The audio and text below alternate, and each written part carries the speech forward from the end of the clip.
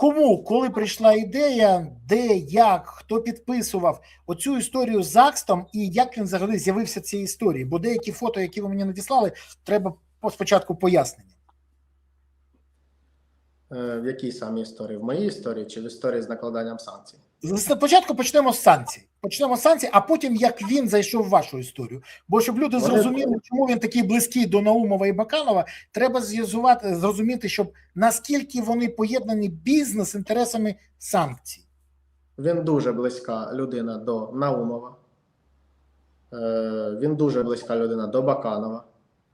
Він дуже близька людина до Генеральної прокуратури України. Я не буду зараз називати прізвищ. Ці люди зі мною зараз близька навіть? Зараз? Ні. На той час. На той час, так. Да, він дуже близька людина. І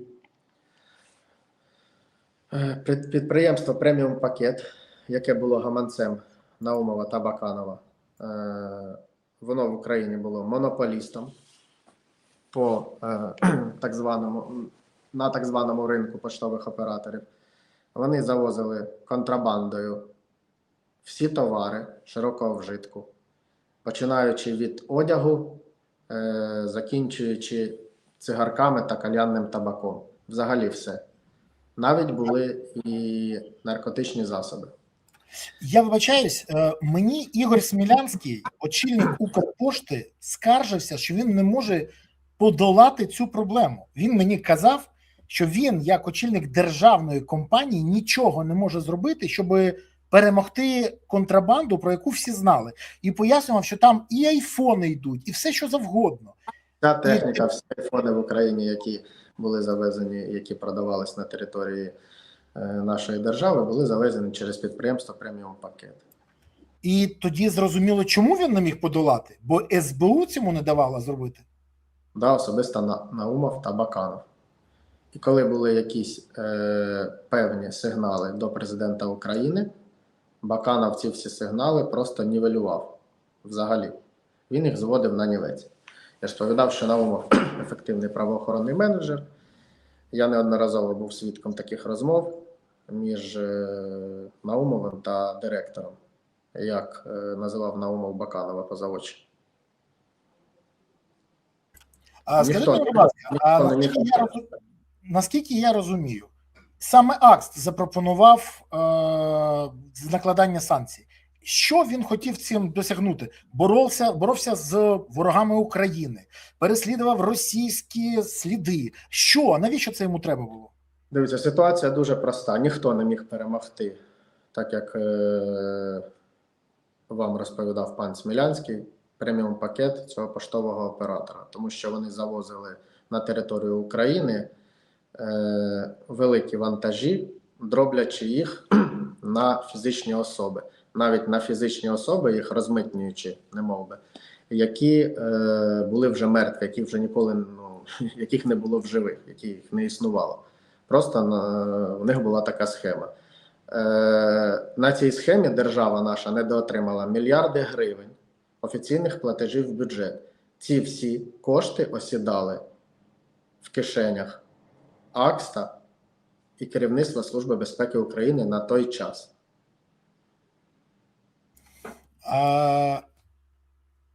Як саме виглядав момент? Мотивація АКСТа в цьому питанні була дуже простою. Деякі гравці ринку контрабандного били на сполох, і деякі брокерські підприємства, брокерські компанії били на сполох і сигналізували. І в засобах масової інформації, і проводили там, є журналістські розслідування про те, що АКС – це є гаманець Наумова та Баканова. Намагалися достукатися до Офісу президента України, до самого президента України, до Служби безпеки України, до правоохоронних органів, до прокуратури. Але це все було марною тратою часу. АКС розумів, що конкуренти, так звані, на нього наступають, і він запропонував це на Офісі при зустрічі з Наумовим, ввести проти цих всіх людей санкції. Вибачте, мотивуючи це тим, до Наумова, не до Баканова, саме до Наумова. до Наумова для того, щоб той переадресував цю інформацію Баканову, щоб він з ним це узгодив. А всі санкції були написані у Акста на офісі. Всі санкції, метою яких була мотивація Акста, яку він висловив Наумову, що забрати величезну долю ринка і стати монополістом в контрабандній системі України, в контрабандному напрямку, в контрабандному русі України. Вони були, просто мотивація була дуже простою, щоб у них було більше грошей, більша доля ринку, і щоб все їхало через нього. А там хтось, окрім грошей, про щось думав? Ні, ні про що не думали. До речі, на той час начальник 4-го управління СБУ України, контрабандного управління Артемій Капелюха, це була людина повністю Акста. Потім став замість Капелюхи начальником 4-го управління Володимир, я не можу згадати зараз прізвище. Це також була людина з оточення Аксту. Він у нього сидів на офісі, у нього прямо на офісі сидів. Він не сидів в Службі безпеки України, в нього там було робоче місце, але він там не перебував. Він перебував на своєму робочому місці в так званому бек-офісі Акста, до якого приїздили всі люди, всі підприємці, всі люди, які хотіли щось завести в Україну, яким штучно створювалися проблеми, вони йшли всі до Акста на поклін. Я правильно розумію, що контрабандист Олександр Акст мав настільки великий вплив, що ставив на посаду голови відділу, який бореться з контрабандою, свою людину? Так.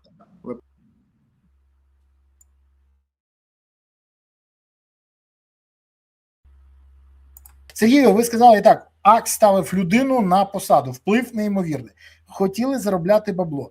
І в мене тоді запитання до вас, бо ви мені надали деякі цікаві фото скринів. Я покажу зараз. Скажіть, будь ласка, що це таке? Воно від 15 квітня 2021 року. Тут перелік людей. Далі ще один такий перелік. Далі йде. І потім в кінці написано нікому не показувай.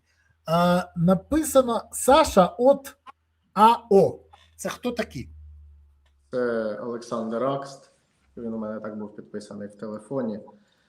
Він надіслав мені список, вихваляючись. Да, всі, думаю, вся країна знає його номер телефону для тих, хто, так би мовити, в темі. Всі люди знають його номер телефону.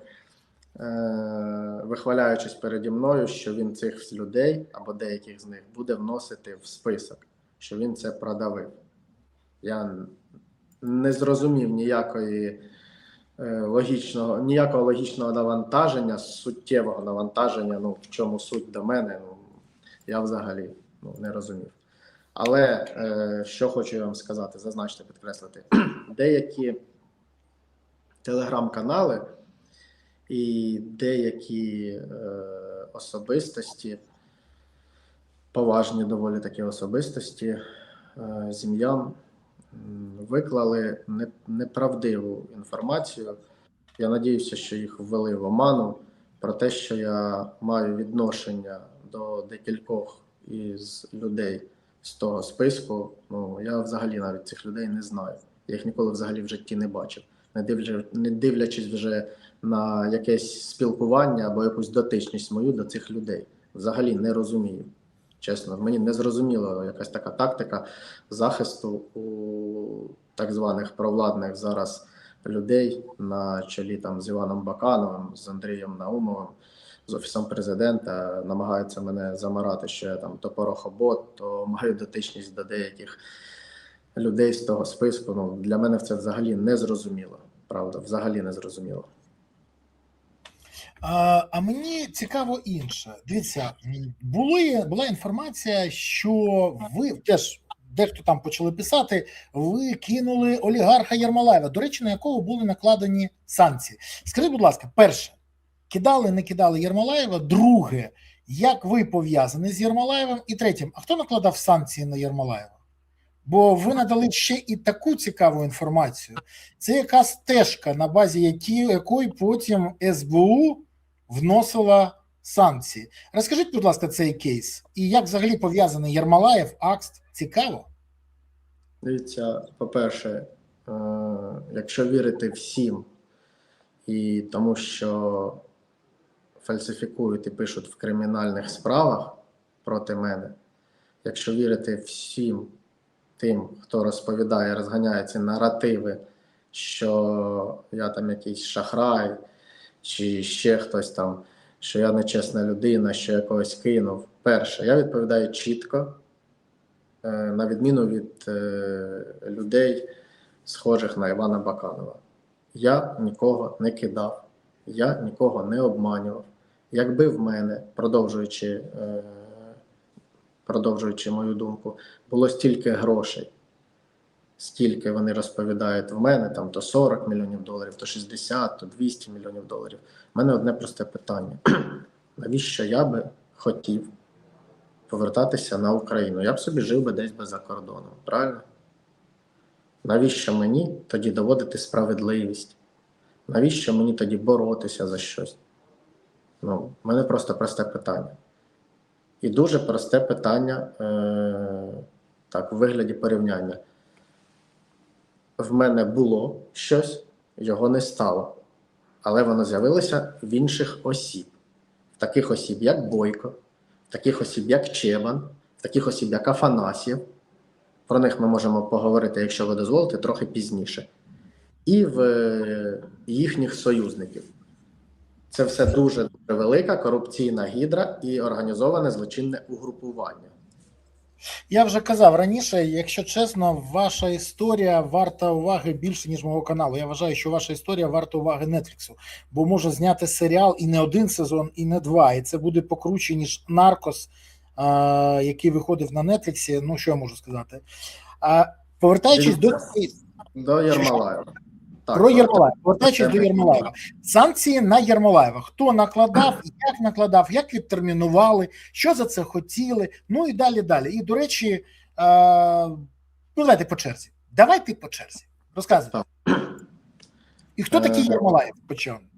Вадим Єрмолаєв – це достатньо відомий український бізнесмен, який входить до олігархічних тіл.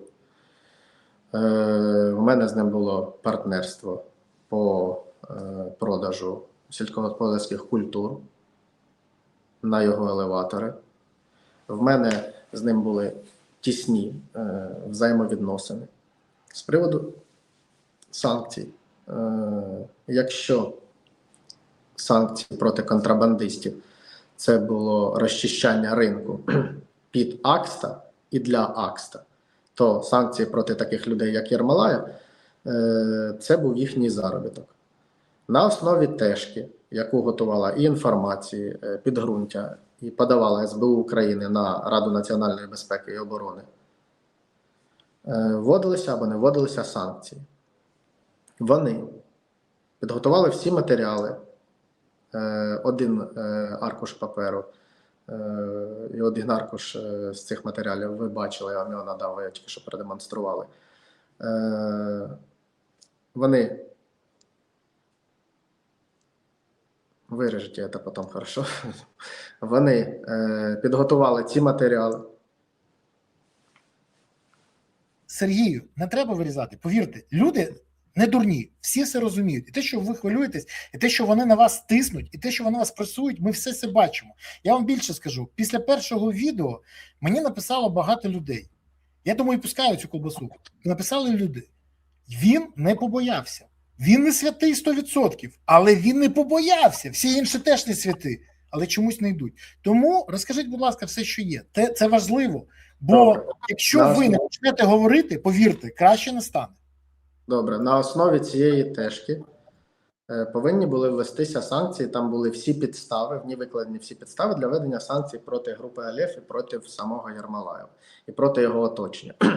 Всі знають, що таке санкції, це блокування активів, не змога ними розпоряджатися там, протягом 3 років.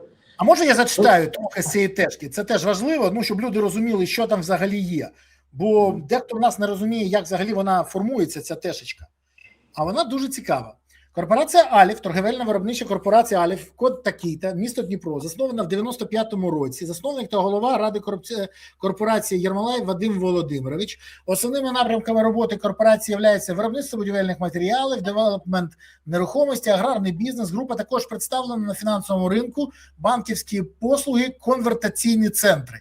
Це пише Тежка НАБУ, Тежка СБУ. Конвертаційні до складу входять.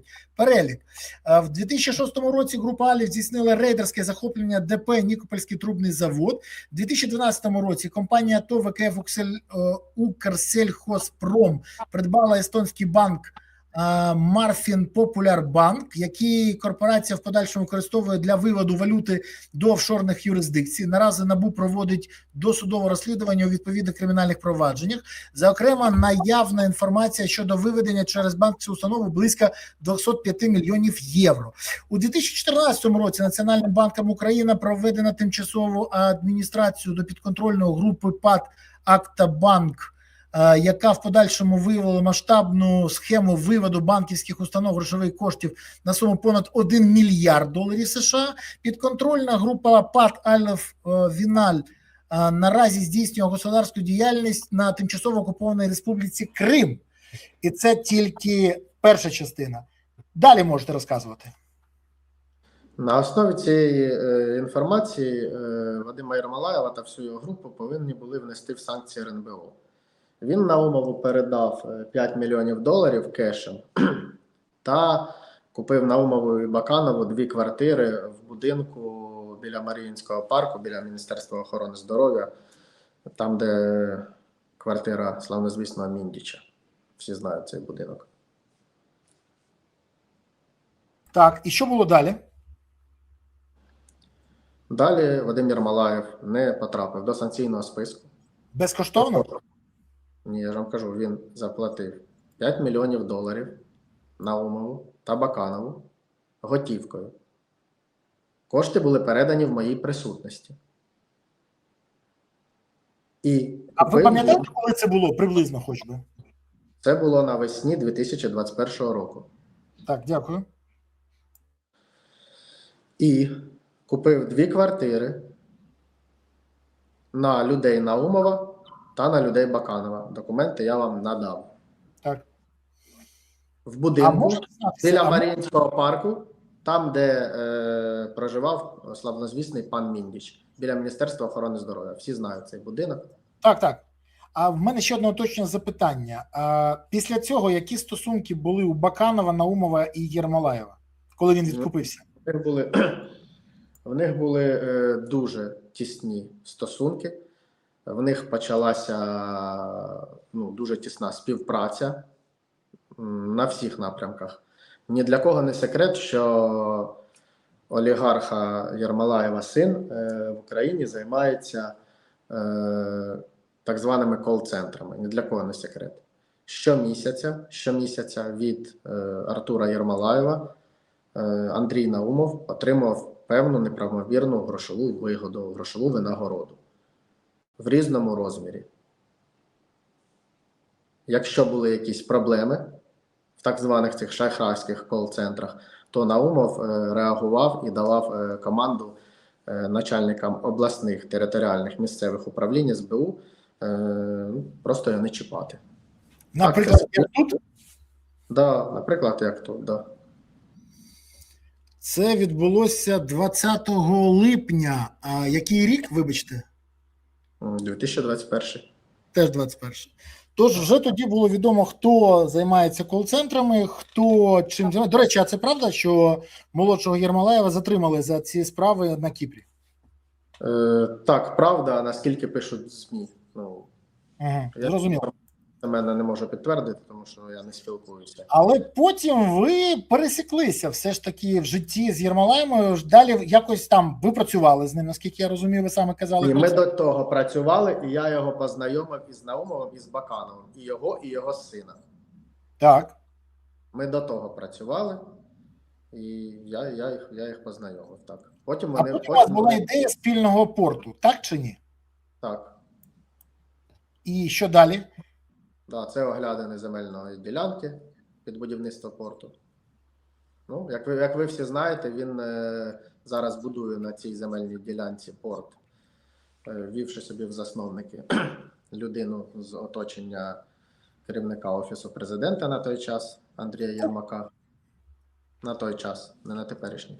Але ж Єрмак вже ніхто, він не є членом, не є очільником Офісу президента. Чи допоможе йому його людина в складі там керівництва? Чи Час покаже.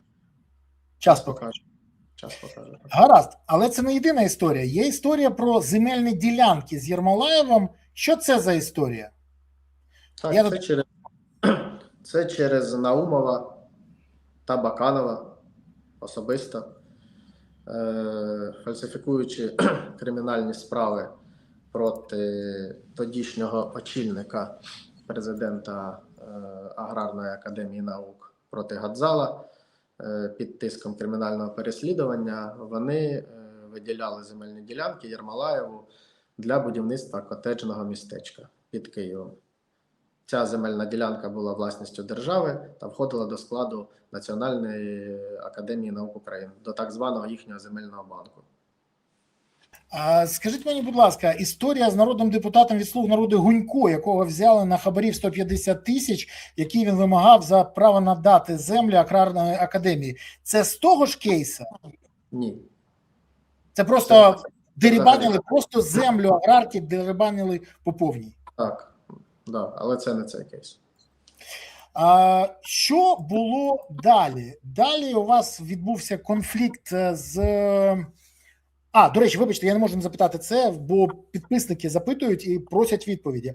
Чи був в схемі очільник РНБО Данілов? Бо санкції без нього могли чи не могли? І в мене нема відповіді, я, до речі, не запитував вас про це. Тому зараз хочу, щоб ви сказали. Він співпрацював з Наумовим і Бакановим, чи був долі в темі, чи він якраз був просто тою людиною, яка підписувала на подання президенту? Дивіться, наскільки я розумію, в нього не було спілкування з Наумовим і з Бакановим, наскільки я розумію. Саме по цьому. Тому що якби в них було спілкування, я думаю, що набагато би більше людей, і Акст, і Наумов, і Баканов, вони б ті списки подавали, і РНБО приймало їх. І вносило б до санкційного списку. Мені про це сказати взагалі нічого, тому що мені це невідомо.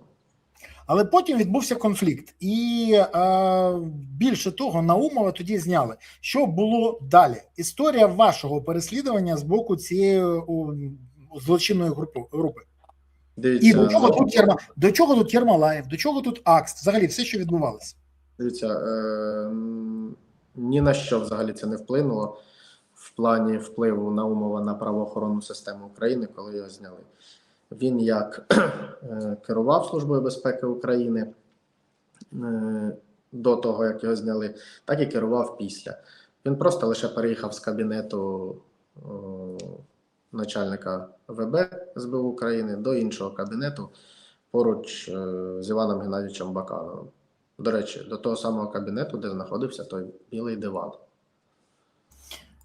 І навіть не будучи очільником внутрішньої служби безпеки, він приймав рішення і керував процесом? Так. Призначав людей, звільняв людей, всіма внутрішніми процесами опікувався. Звісно, що сфера впливу його була, це по більшій мірі це контрабанда. Скажіть, будь ласка, зараз нема ані Баканова, ані Наумова в СБУ. Чи є люди Наумова і Баканова, ви їх називаєте щури, Баканова і Наумова, сьогодні в системі? Чи майже всю систему вже вичистили? Чи всю вичистили? Ні, є люди в системі Служби безпеки України, в системі суддівства, в системі Міністерства внутрішніх справ, Національної поліції. Є люди, з якими вони тісно співпрацюють, і є люди, які вірою і правдою служать до сих пір і мають партнерські відносини, грошові відносини з ними. Наприклад, Ну, Служба безпеки України. Хто ці люди? Наприклад, Служба безпеки України це очільник Одеського управління Служби безпеки України, Головного управління Одеській області Служби безпеки України, це Віктор Доровський. Зараз почнуть на мене лити багато хейту, що, як вчора написали, що я торпеда малюка в якихось зведенні рахунках між Малюком і Доровським. Дивіться, взагалі я не дотичний щодо однієї людини, щодо другої людини. Почекайте, ви ж там були торпедою тільки що Порошенка і Кремля. Ви вже і торпеда Малюка? Ви забагато торпеди на всіх? Так, я вже і торпеда Малюка. Чекаємо інше. Чекаємо на те, що все це сталося для того, щоб відволікти від скандалу навколо Юлії Володимирівни. Бо інших варіантів я ще не бачу. Ну і, до речі, ще, думаю, Трамп вами намагається відволікти від Гренландії. Бо коли люди хочуть щось виправдати, вони вигадують найнеймовірніші історії. Наприклад, що ви чиясь торпеда. Але ще раз кажу, нагадую всім, Сергій Ваганян готовий надати докази і покази, як свідок і викривач НАБУ і САП. Ви це підтверджуєте? Підтверджую. На сьогоднішній момент чи були намагання цих двох структур з вами зв'язатися? Жодного намагання. Але я дуже добре знаю, що є інші історії. І ми, до речі, поговоримо про них і про тих людей, які є людьми є людьми Наумова і Баканова сьогодні. Хто стоїть на яких посадах, хто чим займається. Ми це будемо говорити в наступних серіях. Але сьогодні я все ж хотів почути вашу історію про те, як вас наздоганяли і що використовували. І до чого тут АКСТ і всі інші. Так, повернемося до конфлікту, до передостаннього питання, яке ви мені задали. Коли з мене не зміг Наумов отримати $20 мільйонів, але це було лише прецедент. Нагадайте, за що саме? Нагадайте просто людям. Да, $20 мільйонів він з мене вимагав в присутності Вадима Єрмолаєва за те, що мене з дня на день призначать головою Одеської обласної адміністрації. Це було в серпні 2021 року. Я відмовився, і в цій розмові я сказав, що в мене немає таких готівкових коштів. Він сказав, що в тебе на $44 мільйони є зернових об'ємів. Будь ласка, перепиши їх або фізично завези на структури аграрної корпорації ЛФ до Вадима Єрмолаєва. А Вадим Єрмолаєв розрахується зі мною, я розрахуюсь з директором, так він називав Баканова, і таке інше. Потім почалося політичне переслідування. Він попередив, що жодна країна Європи мене не врятує. Він попередив, що будуть до мене застосовані нестандартні, стандартні методи, про які я дуже добре обізнаний. І почалася ця політична історія. Чому я називаю політично? Тому що без певного політичного впливу і Офісу Президента України і Служби безпеки України вона б не відбулася. Я після замаху був вимушений покинути територію України 16 вересня 2021 року, а в 10-х числах через місяць відбулася історія, що начебто я винен кошти громадянину України деякому Гринько, який, як потім з'ясувалося через 3 роки, входив в орбіту впливу і керував підприємством Герман Логістик в орбіту Олександра Акста. До цього підприємства також були застосовані санкції Ради національної безпеки та оборони України. І що начебто я цієї людини взяв борг 5 мільйонів євро. Там дуже цікавий допит, я думаю, що ви його публікуєте, він не пам'ятає взагалі нічого. Можна я все ж таки, вибачте, що переб'ю вас, я зачитаю, бо це дуже цікаво. Я відверто скажу, скажімо так, дуже стисло перед тим, як я процитую, бо це дійсно неймовірно. Пан Гунько каже, що він не знає, хто такий Ваганян, не знає, де він живе, не знає, чим володіє, не знає, які активи, але спокійно передає йому 5 мільйонів доларів. Хоча спочатку 300 тисяч і те ж саме, просто панікічка така. Я можу зачитати, ви ж не проти, щоб я це вивів на екран і зачитав, бо це, це феєрично, відверто феєрично. А найцікавіше в цій ситуації, і це, до речі, мене здивувало, що це сприймається як, навіть не доказ, а підґрунтя для того, щоб потім вас наздоганяти. Зараз я це виведу, і наші глядачі теж зможуть цим насолодитися під мою начитку. Будь ласка. Хтось може читати так, а я зачитаю вголос. Після знайомства з Ваганяном Сергієм останній позиціонував себе як особа, яка займається бізнесом в агросекторі, а саме займається купівлею-продажем агросировини, зернових культур, та на цьому отримує прибуток. Після знайомства з Ваганяном ми доволі часто бачились інколи з причини, що останньому була необхідна деяка консультація у митній справі, інколи тому, що перебували просто в компаніях спільних знайомих. Зустрілися і останнім на вулиці, і в ресторанах, і торговельних центрах, як Києва, так і Одеси. Далі на увага, це супер. Де саме живе Ваганян Сергій, мені невідомо, знаю тільки, що десь в місті Одеса. Де конкретно, мені невідомо. Київські адреси Ваганяна мені невідомі. Склад сім'ї Ваганяна Сергія мені невідомий. Знаю тільки що про те, що влітку 21-го він одружився. Ім'я дружини мені невідомо. Чи є в нього діти, я не знаю. Майже кожного разу під час зустрічі Ваганяна Сергія супроводжували охоронці та окремий автомобіль супроводження. В користуванні у Ваганяна Сергія був автомобіль Range Rover темного матового кольору.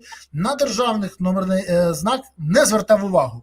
Охорона Ваганяна Сергія просувалася на якомусь мікроавтобусі, якому саме я не запам'ятав, так як не звертав особливої уваги. Інколи Ваганян Сергій для власного пересування по місту використовував автомобіль Mercedes Гелендсваген, номерного знаку якого я також не запам'ятав. Хто входив до найближчого оточення Ваганяна Сергія, мені невідомо. Хто був десь офіційно працевлаштований чи входив до числа посадово-засновницьких складу юридичних осіб, мені невідомо. Чи перебувало у власності Ваганяна нерухомість, транспортні засоби, літаки, плавзасоби, техніки, невідомо. Також я не володію інформацією з приводу відкритих Ваганяном банківських рахунків. Це так, для зрозуміння. Але, так, приблизно в квітні-травні 21-го року, точну дату та місце зустрічі не пам'ятаю. Дату не пам'ятаю, місце не пам'ятаю. Шедевр. Я зустрівся з Ваганяном Сергієм, та останній запропонував мені заробити грошей. Ваганян пояснив, що йому потрібні кошти від мене в розмірі $300 тисяч, які він використає на купівлю якоїсь агропродукції, якої невідомо. Потім, що агропродукцію перепродадуть з оцінкою, отримує прибуток. Ніяких доказів не потрібно, все це займе не більше місяця та відразу поверне мені кошти з 30% наваром. Це повинна була купуватись продукція. Що саме за продукція? Хто був задіяний до купівлі-продажу? Хто куди та звідки там був транспортували тому продукцію? За рахунок яких самих сил має відбутися такі операції, я не знав і не цікавився.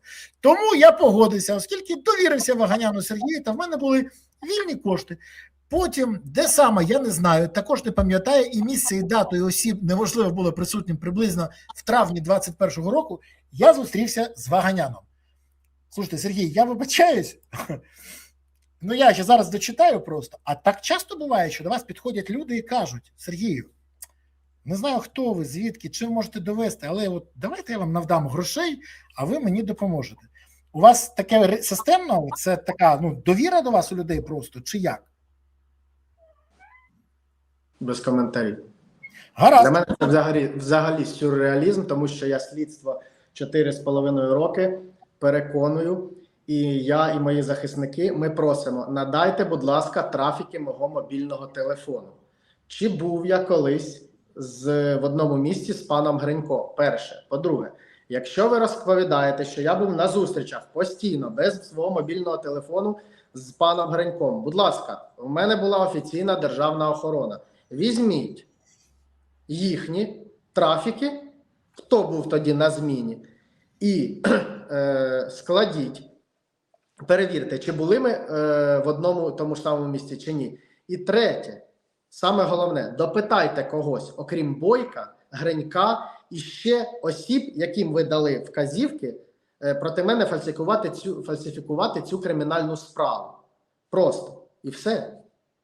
Давайте я дочитаю, бо це того варто. Воно там просто шедевр. Далі просто суми йдуть карколомні. Читаю. Ваганян передав взяті в мене $300 тисяч США та $90 тисяч США додатково, що було оговорено відсотками та користуванням моїм коштами.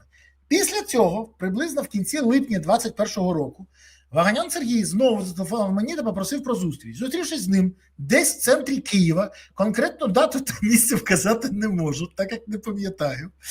А не пам'ятаю ні місце, ні дати, ні час, ні те, чи був хтось присутній під час зустрічі. Та під час даної зустрічі Ваганян Сергій сказав, що в нього якась проблема з навантаженою баржею, що знаходиться десь біля порту, чи то в Одесі, чи то в Миколаєві, яка навантажена зерном кукурузи, та йому потрібні кошти, щоб завантажити та придбати це зерно. Знову ж таки, деталі угоди не з'ясував. Ваганян Сергію потрібно було трохи більше 5-8 мільйонів доларів США, та він попросив мене йому позичити під відсоток 30% в будь-якому випадку, незалежно від строку повернення коштів. Я сказав, що подумав, що я вирішив, що це гарна ідея виручити товариша Ваганяна Сергія в ситуації, яка складалася, та ще підзаробити грошей. Так як в мене якраз було вільних 5 мільйонів євро, що на той час і були приблизно 5 мільйонів 817 тисяч 925 доларів США. Неймовірно, нічого не пам'ятає, а суму і курс пам'ятає ідеально. Я подумав та погодився, так як причин не довіряти Ваганяну Сергію в мене не було. Я повірив останньому та був впевненим в його порядності. Так після цього я кілька разів покидав межі України в робочих справах, та серпня спершу в Україні був всього кілька днів конкретно, в період 15 серпня сім'єю був на відпочинку на Кіпрі. Так, в телефонному режимі Ваганян сказав мені, що кошти будуть йому потрібні до 19 числа, і в цей час я був за межами України, а тому я розпорядився зайнятися питанням передачі коштів моєму помічнику Харішину Михайлу Мироновичу і водієву Ситнику Миколу Володимировичу. Так, кошти зберігалися в депозитарі ля-ля-ля. Мене питання, от що це все таке? На цьому ґрунтується, бо найцікавіше, що ви потім звернулися самі ж до суду і отримали от таке. Що це таке? Постанову про визнання вас потерпілим в цій справі. Так. То, що ми бачимо. Так, це постанова про визнання мене потерпілим, про долучення до матеріалів справи кримінального провадження проти Гринька. От чекайте, так ви ж обвинувачені в тому, що шахрайстві, ви ж забрали гроші, а як же ви стали потерпілим по цій справі? Так, я потерпілий в тому, що група осіб, організоване злочинне угрупування, шляхом підробки офіційного документу від мого імені намагалася заволодіти моїм майном мені належним та моїми грошовими коштами. Вони мене обвинуватили в тому, що цей документ є мій, і в тому, що я шахрай. Слідство з'ясувало, що тут є склад злочину. Зараз ведеться слідство. Я приймаю участі в допитах. Уже було 3 допита у слідчого по відеоконференції. Як потерпілий.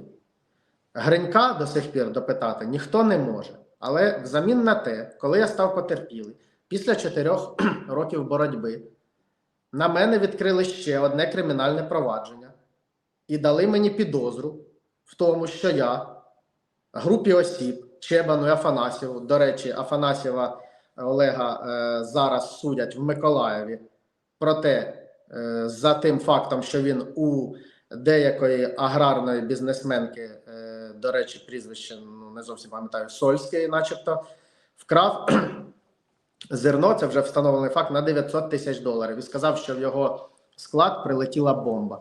Зараз проти нього йде кримінальне провадження і вже йдуть суди. Так от, по цьому факту, що я в них і в їхнього директора Галиченка, до речі, якого я ніколи в житті не бачив, але ця людина стверджує, що я їй винен ще 22 мільйони доларів. Ці люди, все організоване злочинне угрупування, шукають фунтів, щоб їм самим не відповідати, і зобов'язують цих фунтів, тиснуть на них, давати проти мене неправдиві покази. Слідство під керівництвом начальника головного управління слідчого Національної поліції України, Міністерства внутрішніх справ Максима Цуцкерідзе вносить і фальсифікує проти мене кримінальні провадження. Проводять обшуки у моїх родичів, у моїх колишніх родичів, у моєї колишньої тещі, у мого колишнього тестя, у моєї колишньої дружини. Б'ють їх на цих обшуках, залякують, не дають визвати швидку. Потім призупиняють слідство це було в листопаді, вручають мені підозру, призупиняють слідство. Моїм адвокатам не дають в цьому слідстві допитатися разом зі мною на відеоконференції. Хоча в справі, де я потерпілий, я комунікую зі слідством, ні від кого не ховаюся, на кожний запит відповідаю, даю інформацію, приймаю участь в слідчих діях. А тут вони відхиляють мені відеодопити і призупиняють слідство і йдуть в Солом'янський районний суд міста Києва, чи в Голосіївський районний суд міста Києва, по місцю знаходження Головного слідчого управління міста Києва, до речі, зі слідчим Роману Греку, ідуть і обирають мені міру запобіжного заходу з безоплатним адвокатом, не включаючи мене по відеоконференції, хоча я хотів приймати участь в засіданні. Сьогодні, коли мій адвокат законний прийшов в Голосіївський районний суд міста Києва, то працівники суду йому перешкоджали забрати моє рішення суду про обранню мені міри запобіжного заходу, для того, щоб не дати можливість мені написати апеляцію. В мене є відеодокази, мені адвокат прислав відео, він їх зафіксував на відео, що вони кажуть, щоб ми не були такими розумними, що в них є команда зверху, що вони не будуть мені давати можливості захищатися. Тобто йде свавілля і йде методичне політичне переслідування. Вони собі в союзники і в співучасники взяли ще одну людину, родича одного з керівних, одного з Міністерства доходів і зборів Клименка за часів Януковича, його кума взяли собі, який дзвонить, погрожує свідкам, просить їх надати правдиві покази, в лапках, правильні покази проти мене. В мене є записи цих всіх розмов. В мене є записи розмов, на яких він стверджує, ця людина стверджує, що по мені дав команду бігти і рвати мене і моє оточення саме пан, Генеральний прокурор України Руслан Андрійович Кравченко. Я впевнений. Це зараз прокурором, вибачте, зараз. Це ж зараз, це не минулий. Так, зараз. Я впевнений в порядності Генерального прокурора України і впевнений, що він не має відношення до рейдера, до шахрая, до екс-керівника податкової міліції міста Києва, пана Ігоря Володимировича Скорохода. Тому що він погрожує, вимагає кошти у мого оточення, вимагає кошти у мене за те, щоб зам'яти цю кримінальну справу. Розповсюджує проти мене та моєї колишньої дружини та моєї сім'ї, розповсюджує всяку чорнуху, замовляє і платить за це кошти. Конкретно він є членом організованого злочинного групування. Я звертаюся до НАБУ та НАЗК. Будь ласка, перевірте діяльність цього даного персонажу. Погляньте на його декларацію, в якій дуже-дуже багато коштовного майна. І нехай українське суспільство задасть одне єдине питання. Чи може бути у чиновника його калібру лише годинників більш ніж на 2 мільйони доларів? Ось вам і все. Далі нехай оцінку цьому всьому дає слідство. Якщо потрібно, я можу продемонструвати запис, де він своїм голосом каже, я знаю, я все це пам'ятаю, я чув. Команду по мені дав особисто Руслан Андрійович Кравченко, він з ним в доброму контакті, і все те, що відбувається, він все контролює. А людям розповідає, що те, що в них вилучили кошти, автомобілі, були обшуки, це лише початок.